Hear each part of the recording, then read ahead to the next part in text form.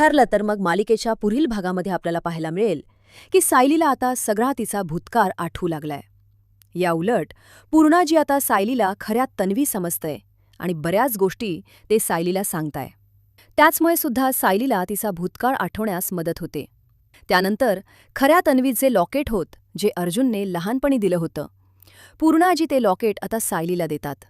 तर सायलीच्या डोळ्यासमोर त्या सगळ्या लहानपणीच्या गोष्टी येऊ लागतात. आणि अखेर आपल्याला पुढे पाहायला मिळेल की सायली आता तन्वीच्या लहानपणीसारखा ड्रेस आता घालून खाली येते. त्यानंतर सगळेच आता सायलीकडे पाहू लागतात. त्यांना असं वाटत असतं की त्यांची तन्वीच खाली येत आहे. तर रविराजला आता सायलीला बघून प्रतिमाची आठवण येत असते.